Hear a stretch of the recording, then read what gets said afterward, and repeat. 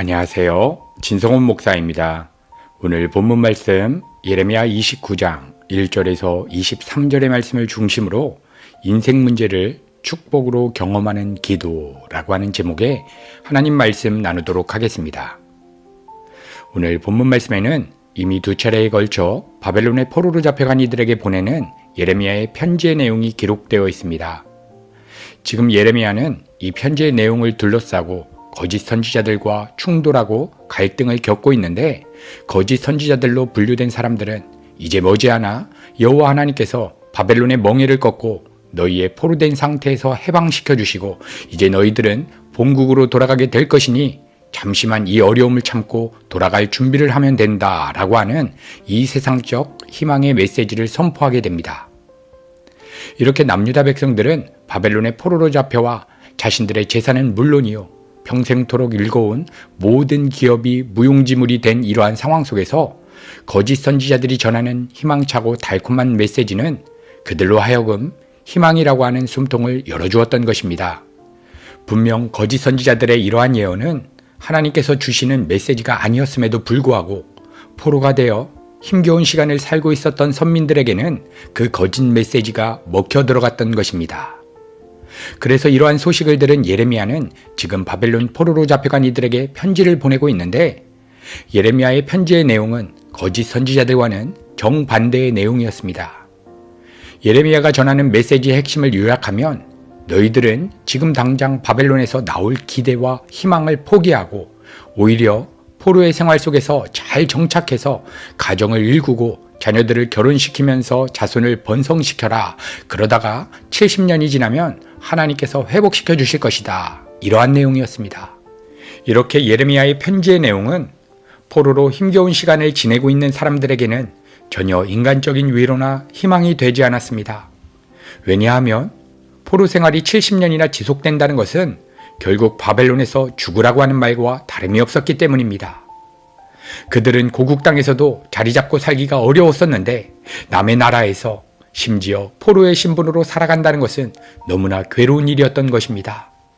그래서 이들에게 있어서 예레미야는 오히려 숨통을 더욱더 조이는 사람처럼 보여졌습니다. 그런데 거짓 선지자들이 하나님의 뜻을 거짓으로 포장하여 이 세상적 기대와 희망을 선포하고 있으니, 이에 예레미야는 오늘 본문 말씀을 통해서 하나님의 마음과 뜻을 담아서 그들에게 전달하고 있는 것입니다. 여러분, 그렇다면 이렇게 선민들의 나라를 다 내어줄 만큼 큰 대가를 치르게 하시는 하나님의 마음과 하나님의 뜻은 무엇이겠습니까?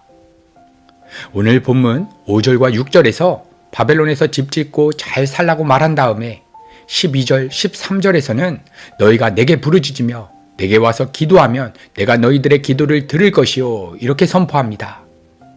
그렇다면 바벨론 포로 생활 속에서 잘 살아가라고 말씀하시면서 무엇을 목적으로 하나님께 와서 부르짖고 기도하라는 것입니까?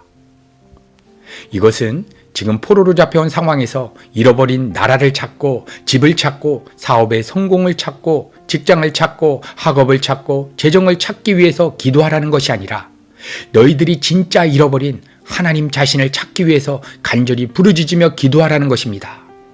너희들이 진짜 잃어버린 것의 실체는 나라가 아니다, 가정이 아니다, 사업이 아니다, 재정이 아니다.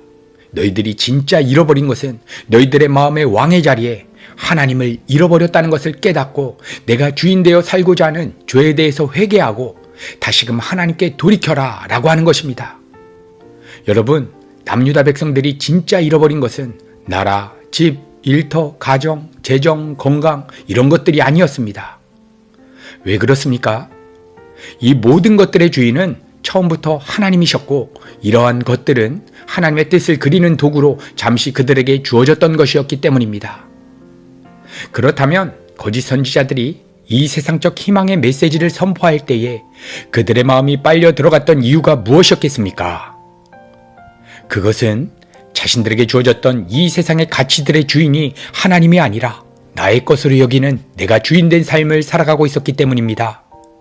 여러분, 그러면 오늘 예레미야의 편지의 말씀을 지금 이 시대 우리들에게도 적용하면 어떻게 되는 것입니까? 코로나 팬데믹과 같은 거대한 문제로 인하여 직장을 잃고 사업을 잃고 재정을 잃고 건강을 잃어서 걱정, 근심, 염려 속에서 다시 이 인생 문제들이 회복되어지기만을 간절히 바라고 있다. 여러분, 이때 거짓 선지자들이 빛의 천사로 둔갑하여 뭐라고 유혹하겠습니까?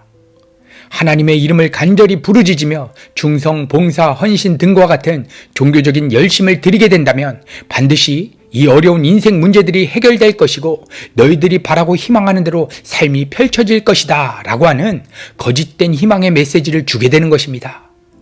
그런데 이렇게 수많은 거짓 선지자들이 나타나서 우리를 유혹하고 있지만 정말로 강력한 거짓 선지자는 우리 안에 옛자아로 존재하여 우리가 하나님이 아니라 이 세상 일들에 우리의 마음이 지배당하도록 강력하게 공격하고 있는 것입니다.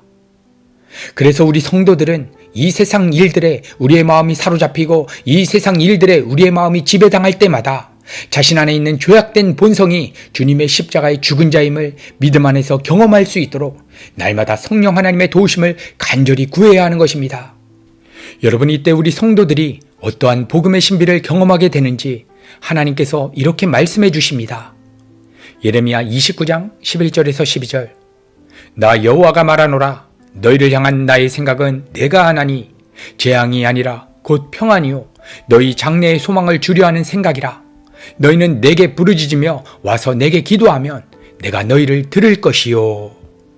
여러분, 바벨론의 포로로 잡혀간 사람들은 포로 생활은 나쁜 것이다. 인생 문제들은 나쁜 것이다. 이것은 재앙이다. 이렇게 생각하였지만 하나님의 생각은 달랐습니다.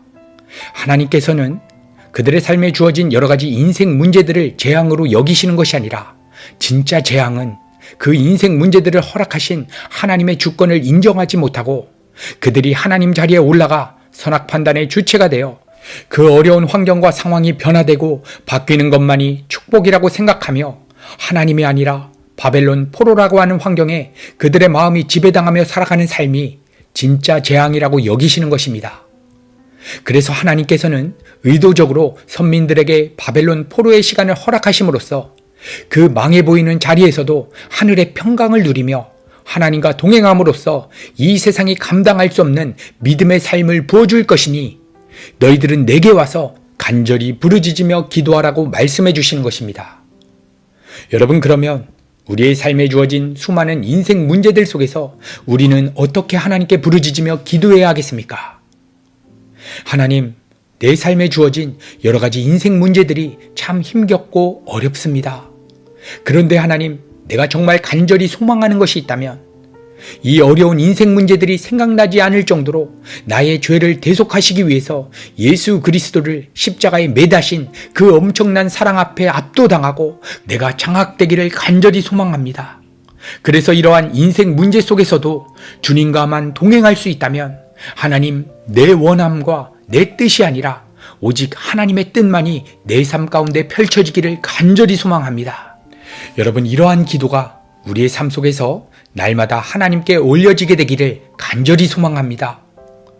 여러분, 그래서 포로로 잡혀갔던 다니엘은 이제 30일 동안은 하나님께 기도하다 걸리면 사자밥이 된다는 것을 알면서도 여전히 윗방에 올라가서 예루살렘을 향한 창문을 열고 전에 하던 대로 하루에 3번씩 무릎을 꿇고 하나님께 간절히 기도했던 것입니다.